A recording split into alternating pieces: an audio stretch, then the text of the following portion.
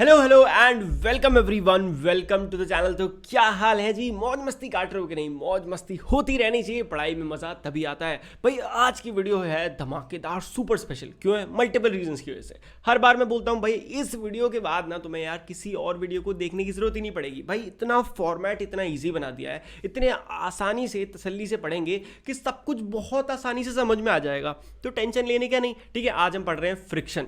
और क्या रीजन है भैया?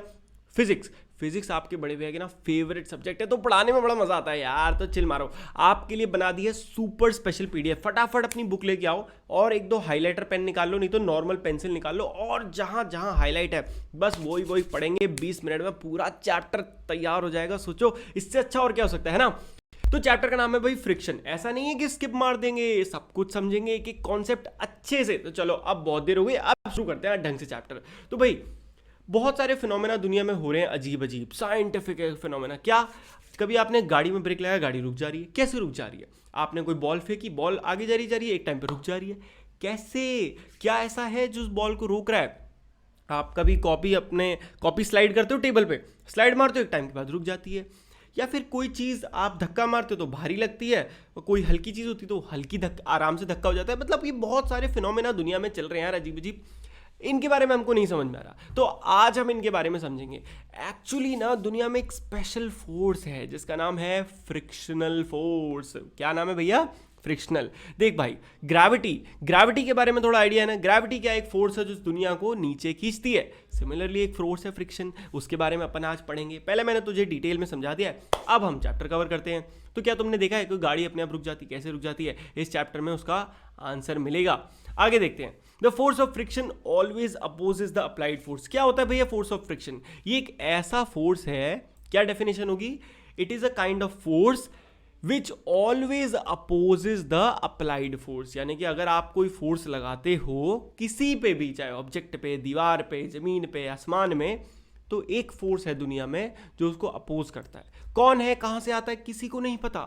ये फिजिक्स है, ये बस है और हमें इसे समझना है। समझ रहे हो? तो एक ऐसा फोर्स जो हमेशा अप्लाइड फोर्स को अगेंस्ट में, मतलब अपोज करता है, उसे कहते हैं फ्रिक्शनल फोर्स। बहुत ही मिस्टीरियस है यार ये फोर्स, है ना। इसके बारे में हम कुछ ज़्यादा पता नहीं लगा पाए, बस वही वाली बात है।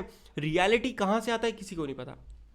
अब बात करते हैं फैक्टर्स अफेक्टिंग फ्रिक्शनल फोर्स। कौन कौन से फैक्टर हैं? उससे पहले स्प्रिंग बैलेंस के बारे में जान लो। स्प्रिंग बैलेंस क्या है? एक डिवाइस है जो कि भाई इंपॉर्टेंट है, इसीलिए बता रहा हूँ। हर चीज़ जो यहाँ मार्क है ना, वो तुम्हारे लिए इंपॉर्टेंट है, तो मार्क करो तुम भी यार। क्या कर रहे हो फटाफट? चलो, तो उसके अंदर क्या होता है? एक कॉइल होती है और यहाँ पे लटकाने का होता है। ये फोर्स ऑफ फ्रिक्शन की मदद से बताती है। तुमने यहाँ पे कुछ लटका दिया, ये नीचे स्प्रिंग खिंचेगी, और वो स्प्रिंग जहाँ तक जाएगी उसको कैलिब्रेट कर दिया गया है अकॉर्डिंग टू, उससे पता चल जाएगा कि इसका वेट कितना है। यहाँ पे देख लो, ईंटा लटका दिया तो पता चल जाएगा ईंट अच्छा 10 किलो की है, अच्छा 5 किलो की है। तो एक बढ़िया चीज़ है, काम आती है भाई। ठीक है, चलो अब आगे बढ़ते हैं। और क्या देखते हैं हमें फ्रिक्शन में, और क्या पढ़ना है? ओके जी, चलो इधर आ जाते हैं। Friction is caused by the irregularities. हाँ भाई, हमें पढ़ना था कौन कौन सी चीजें हैं जो फ्रिक्शन में रोल प्ले करती हैं, है ना, जो अफेक्ट करती हैं। तो पहला क्या है? सरफेस। जो सरफेस है वो कैसा है? तो इरेगुलरिटीज अगर दो सरफेस के बीच में ज्यादा है, तो ये एक चीज हमेशा याद रखना, फ्रिक्शनल फोर्स एक कांटेक्ट फोर्स होता है। कैसा फोर्स होता है? कांटेक्ट। यानी कि हमेशा दो चीजों के कांटेक्ट के बीच में लगेगा, अपने आप नहीं लग जाएगा। एक बॉटल रखी है, उस पर फ्रिक्शन लग रहा है नहीं, बट अगर आप बॉटल को धक्का दे रहे हो तो एक फोर्स उस पर लगने लगेगा, क्योंकि आपका और बॉटल के बीच में कांटेक्ट हो गया। या फिर जमीन जिस पे वो बॉटल रखी है या जो भी ऑब्जेक्ट रखा है उसके बीच में कांटेक्ट हो गया, तो ये कांटेक्ट फोर्स है। ये कभी मत भूलना, हमेशा याद रखना, ठीक है। अब बात करें सरफेस की। भैया देखो, कभी कभी तो बहुत ही चिकनी टेबल होती है, उस पर भी यार चीज़ें रुक जाती हैं। कहने की बात है, तुम्हें अपनी आंखों से कोई चीज़ चिकनी दिख रही है, बट एक्चुअल में उसमें बहुत ही छोटी छोटी इरेगुलरिटीज़ हैं, माइन्यूट हैं, जो तुम्हें नहीं दिख रही है, इसलिए फ्रिक्शन होता है। भैया अब ये फ्रिक्शन क्यों हो रहा है, थोड़ा ये भी समझाओ। तो देखो, जितना हम समझ पाए उसके अकॉर्डिंग क्या है, ये फ्रिक्शन होता है सरफेस के इंटरेक्शन की वजह से। देखो यहाँ देखो, अगर ये बुक है, बुक को बहुत जूम करके देखे तो कुछ ऐसी ऐसी दिखेगी, और वहीं ये सरफेस है टेबल की। इन दोनों के जो आपस में पार्टिकल्स है वो कुछ इस तरीके से फंस जाते हैं। इसकी वजह से जब हम धक्का लगाते हैं तो वो आराम से आगे नहीं बढ़ पाती है। अभी बहुत छोटा है, इसीलिए बहुत ही हल्का होता है ये फ्रिक्शन फोर्स। ऐसा नहीं कि बहुत ही भारी दम लगानी पड़ रही है, नहीं, बहुत हल्का होता है, बट स्टिल ये चीज़ों को अपने आप आगे नहीं भागने देता। समझ में आया? इतना समझ में आया अभी तक? और देखो और क्या है, वेरी इंपॉर्टेंट। यहाँ देखो मैंने मार्क भी करा है, स्टार मार्क कर रखा है, वेरी वेरी इंपॉर्टेंट। क्या है?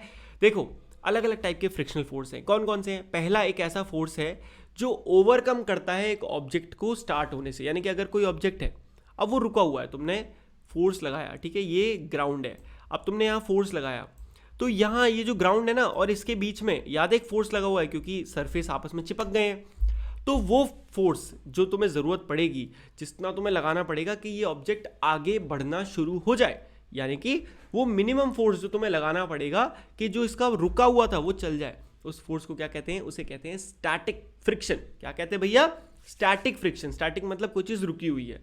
और वहीं एक बार अगर कोई ऑब्जेक्ट चल रहा है, ठीक है, अब उसके बीच में नीचे थोड़ा फ्रिक्शन तो लग रहा है, बट अब आप चाहते हो कि वो चलता रहे, तो वो वाला जो फ्रिक्शन होता है कि कोई चीज़ आगे बढ़ती रहे, उसे कहते हैं स्लाइडिंग फ्रिक्शन। अब मैंने क्या बोल दिया? कुछ स्मार्ट बच्चे होंगे तो उनको समझ में आ गया होगा, नहीं तो आप थोड़ा वीडियो पीछे करो फिर समझ में आ जाएगा। अब ये चीज़ याद रखना, स्लाइडिंग फ्रिक्शन थोड़ा कम होता है स्टैटिक से। सिंपल सी बात है, अगर कोई चीज़ रुकी हुई है तो उसको धक्का मारने में थोड़ी ज़्यादा दम लगेगी, वहीं पे कोई चीज़ अगर ऑलरेडी आगे बढ़ रही है तो तुम उसको थोड़ा और धक्का मारोगे, थोड़ा सा भी, तो भी वो आगे बढ़ती रहेगी। तो हमेशा याद रखना, जो स्टैटिक फ्रिक्शन होता है वो ज़्यादा होता है स्लाइडिंग फ्रिक्शन से।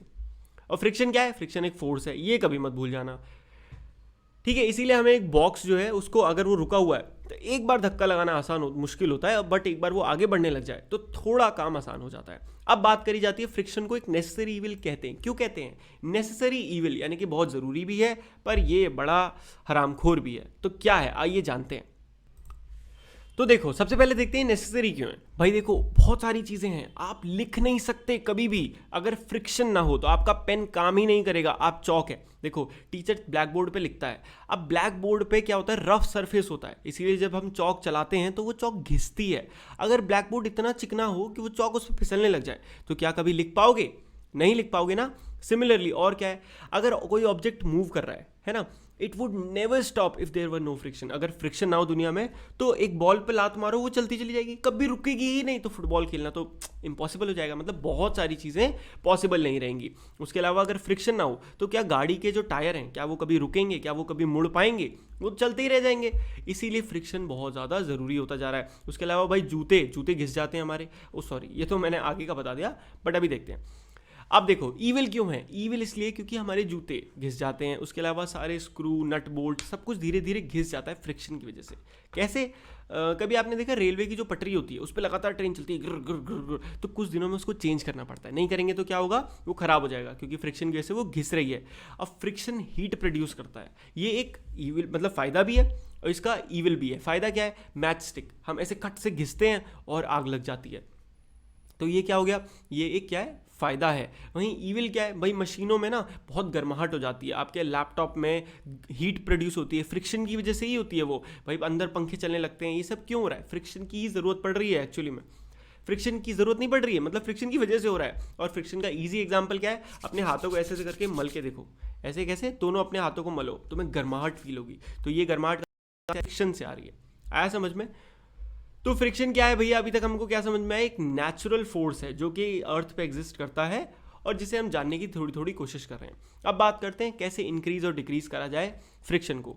तो क्या आपने कभी देखा आपके जो शूज़ होते हैं उनके नीचे ग्रूव्स यानी कि बड़ा अच्छा सा डिज़ाइन कट लगे होते हैं? क्यों होते हैं? क्योंकि इससे आपके पैरों को एक अच्छी ग्रिप मिलेगी चलते समय, आप फिसलोगे नहीं। क्या आपने देखा है कभी कभी जो सोल होता है जूते का, अगर वो फ्लैट हो जाए तो आप फिसलने के चांस बहुत होते हैं। वहीं अगर उसमें अभी वो नए जूते हैं तो आप फिसलोगे नहीं।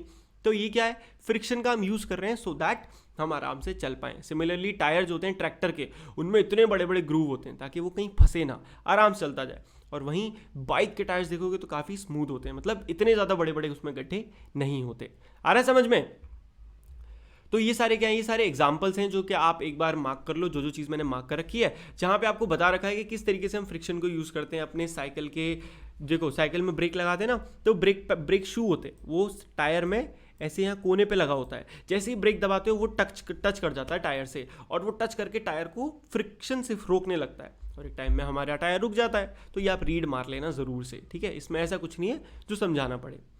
उसी तरीके से हम और भी फ्रिक्शन को यूज़ करते हैं। देखो हम क्या करते हैं, कभी कभी हमें फ्रिक्शन ज़्यादा हो जाता है तो हटाना भी पड़ता है। जैसे कि आपको कैरम बोर्ड में आप क्या पाउडर डालते हो, एकदम चिकना हो जाता है, तो वो क्या है? आपने फ्रिक्शन कम कर दिया। अब एक इंपॉर्टेंट चीज़ क्या है, लुब्रिकेंट। ऐसा सब्सटेंस, एक ऐसा केमिकल सब्सटेंस जो कि फ्रिक्शन को कम करे, उसे लुब्रिकेंट कहते हैं। ऑयल आपने देखा है पंखों वगैरह में, मशीन्स में ऑयल डाला जाता है, वो क्या है, लुब्रिकेंट का काम करता है, ताकि मशीन के जो पार्ट्स हैं आपस में गर्म इतने ना हो जाए कि टूट टाट जाए। तो इसीलिए तो इससे क्या है, लुब्रिकेंट क्या करता है, अगर एक दूसरा सरफेस है और एक सरफेस है, उनके बीच में एक स्मूथ लुब्रिकेंट, एक स्मूथ सरफेस का काम करता है, जिसकी मदद से थोड़ा आसान हो जाता है फ्रिक्शन को ओवरकम करना। और अब बात करें क्या फ्रिक्शन कभी खत्म हो सकता है, never. Friction can never be eliminated. क्यों भैया, क्यों ऐसा? देखो भाई, तू क्या ग्रेविटी को कभी हटा सकता है? सिमिलरली भाई, फ्रिक्शन भी एक नेचुरल फिनोमिना है यार, उसको नहीं हटाया जा सकता। आप दुनिया का कोई भी परफेक्टली स्मूथ सरफेस बना ही नहीं सकते, उसमें कहीं ना कहीं माइन्यूट, बहुत माइन्यूट, माइक्रोस्कोपिक इरेगुलरिटीज मिल ही जाएंगी, और फ्रिक्शन के लिए उतना काफी है। अब बात करते हैं व्हील्स की। भाई व्हील एक जबरदस्त इन्फेक्शन कह रहा हूँ, इन्वेंशन माना जाता है। क्यों माना जाता है? क्योंकि भाई ये व्हील एक ऐसी खतरनाक चीज है जो कि क्या कर सकती है, फ्रिक्शन को मात दे सकती है, फ्रिक्शन को ओवरकम कर सकती है। रोलिंग से फ्रिक्शन दूर चली जाती है। एग्जाम्पल देख लो, एक कॉपी है, उसको धक्का मारो, थोड़ा वेट लगेगा, बट वहीं उसके नीचे 3 पेंसिल लगा दो, ऐसे उंगली टच करोगे वो फिसलती हुई चली जाएगी। तो क्या हुआ भाई, सिर्फ 3 पेंसिल की मदद से आपने फ्रिक्शन को पूरी तरह ओवरकम कर दिया। तो एक्चुअल में क्या होता है, when one body rolls over the surface of another body, the resistance due to its motion is called rolling friction. तो देखो, जब एक बॉडी एक दूसरी बॉडी के ऊपर रोल करके आगे बढ़ जाती है, तब उस समय पे जो रेजिस्टेंस लग रहा होता है, रेजिस्टेंस यानी कि एक फोर्स लग रहा होता है, फ्रिक्शनल फोर्स, उसे कहते हैं रोलिंग फ्रिक्शन। समझ रहे हो रोलिंग फ्रिक्शन क्या होता है? अब रोलिंग फ्रिक्शन क्या करता है, रोलिंग जो होती है फ्रिक्शन को बहुत रिड्यूस कर देती है। It is always easier to roll than to slide a body over other. अब देखो, आपने ये वाले बैग एग्जांपल देखे होंगे, इसे नॉर्मल घसीटोगे तो भारी लगेगा, बट जब नॉर्मली नहीं घसीटोगे, इसमें ये लगा देते हो रोलर, तो एक बच्चा भी इसे खींच लेता है, तो सारा फ्रिक्शन आपने 1 मिनट में चुटकियों में भगा दिया। अब देखो, since rolling friction is smaller than the sliding friction, sliding is replaced by most machines bye rolling. अब ध्यान से समझना इस बात को। अभी हमने समझा था कि सबसे बड़ा जो सब फ्रिक्शन होता है वो कौन सा होता है, स्टैटिक, जिसमें सबसे ज़्यादा मेहनत लगती है क्योंकि वो ऑलरेडी रुके पे लगता है। उसके बाद कौन सा आता है, उसके बाद आता है आपका स्लाइडिंग, कि जब आप कोई चीज़ आगे भाग रही हो, आपने थोड़ा और धक्का लगा दिया तो थोड़ा कम लगेगा। बट अभी हमने सीखा कि सबसे कम फ्रिक्शन होता है रोलिंग फ्रिक्शन, यानी रोलिंग के टाइम पे फ्रिक्शन सबसे कम हो जाता है। तो इसीलिए ज़्यादातर मशीन्स में हम क्या करते हैं, बॉल बेयरिंग्स का यूज़ करते हैं, यानी कि रोलिंग को रोलिंग लगाते हैं। कैसे? मशीनों में आपने देखा है छोटी छोटी बॉल पड़ी होती हैं, जिससे क्या होता है, वो कोई चीज़ आराम से गोल गोल घूम सकती है। तो ये चीज़ याद रखना कि बॉल बियरिंग एक ज़बरदस्त इन्वेंशन है जो कि फ्रिक्शन को रिड्यूस कर देते हैं। अब ऑलमोस्ट चैप्टर का लास्ट टॉपिक आ गया जी। एलो, इतनी जल्दी खत्म हो गया आज का चैप्टर तो। Fluid friction. फ्लूइड्स क्या होते हैं भैया, फ्लूइड बता दो। ये येलो मार्क करना, बट उससे पहले ये समझ लो फ्लूइड्स क्या होते हैं। देखो, साइंस में ना गैसेस और लिक्विड्स को कॉमनली हम साथ में क्या कह देते हैं, फ्लूइड्स कह देते हैं। आगे समझ में? चलो अब पढ़ते हैं क्या लिखा है। You know that air is very light and thin. भाई आपको पता है एयर जो होती है बड़ी हल्की और पतली सी होती है, बट स्टिल वो फ्रिक्शन लगाती है ऑब्जेक्ट पे। सिमिलरली वाटर भी फ्रिक्शन लगाता है। खुद सोच के देखो, कभी बहुत तेज हवा चल रही होती है तुम्हारी तरफ, तो क्या आगे बढ़ना थोड़ा मुश्किल फील होता है ना? सिमिलरली कभी कभी हवा नहीं भी चल रही होती तब भी होता है, बट वो इतना कम होता है कि हमको तब फील नहीं होता। बट अगर हवा तेज चल रही हो तो आगे बढ़ना हमारे लिए मुश्किल हो जाता है। वो फ्रिक्शन फोर्स ही तो है। दुनिया में कोई भी ऐसा फोर्स जो कि मोशन को अपोज करे, आप आगे बढ़ रहे हो, कोई पीछे धक्का दे रहा है, तो वो फ्रिक्शन है। समझ रहे हो? तो एयर भी फ्रिक्शन का काम करती है। वाटर, पानी में तैरना क्या एकदम मजे है कि एक बार तैर गए और आगे बढ़ते चले गए? नहीं, आपको हाथ मार मार के आगे बढ़ना पड़ता है। क्यों? क्योंकि फ्रिक्शन फोर्स को ओवरकम करना पड़ता है। समझ रहे हो? चलो, so we can say that fluids जो होते हैं एक फोर्स ऑफ फ्रिक्शन एक्सर्ट करते हैं बॉडी के मोशन पे, जिसकी वजह से बॉडी का मोशन रुकता है। अब बात करते हैं कि फ्रिक्शनल फोर्स जो है फ्लूइड्स एक्सर्ट करते हैं उसे ड्रैग भी कहते हैं। ड्रैग यानी घसीट, है ना, उसे ड्रैग भी कहते हैं। ये एक बस डेफिनेशन है, याद कर लो यार, और मार्क जरूर कर लेना बुक में। चलो जी, the frictional force on an object in a fluid depends on its speed. तो किस पे डिपेंड करता है? पहला तो देखो भाई, हम बात कर रहे थे कि किस किस चीज़ों पर डिपेंड करता है। तो सबसे पहले हमने क्या बात करी थी कि जो फ्रिक्शनल फोर्स है ऑब्जेक्ट का फ्लूइड में, फ्लूइड कौन से थे? गैस और आपका वॉट लिक्विड, ठीक है। वो किस पे डिपेंड करता है? स्पीड पे, with respect to the fluid, कि भाई कोई ऑब्जेक्ट है वो किस स्पीड से, अगर पानी के अंदर कोई ऑब्जेक्ट तेज मूव कर रहा है ज़्यादा फ्रिक्शन लगेगा, हल्के मूव कर रहा है कम लगेगा। इस तरीके से वो डिपेंड करता है। किस पे डिपेंड करता है? स्पीड पे। है ना, और किस पे, शेप पे। ये बहुत इंपॉर्टेंट चीज़ है समझने की कि शेप पे डिपेंड करता है। अब इसके लिए हम आगे ढंग से पढ़ते हैं। देखो, it is obvious that when objects move through fluids they have to overcome friction on them. Simple सी बात है, अभी कोई ऑब्जेक्ट फ्लूइड्स में मूव करता है तो उन्हें फ्रिक्शनल फोर्स को ओवरकम करना पड़ता है, और इस प्रोसेस में कुछ एनर्जी तो जाएगी। एनर्जी तो दुनिया में लगती है ना काम को करने में। तो समझ में आ गया ना कि कैसे हमें एनर्जी लगती है जब भी हम फोर्स को ओवरकम करते हैं। Efforts are therefore made to minimise friction. तो कुछ ऐसी चीज़ें बनाई जाएं जिससे फ्रिक्शन कम से कम हो जाए। सो ऑब्जेक्ट को स्पेशल शेप्स दी जाती हैं। और क्या लगता है आपको, साइंटिस्ट जो ये शेप्स डिसाइड करते हैं, इन्हें कहाँ से आइडियाज़ आते होंगे?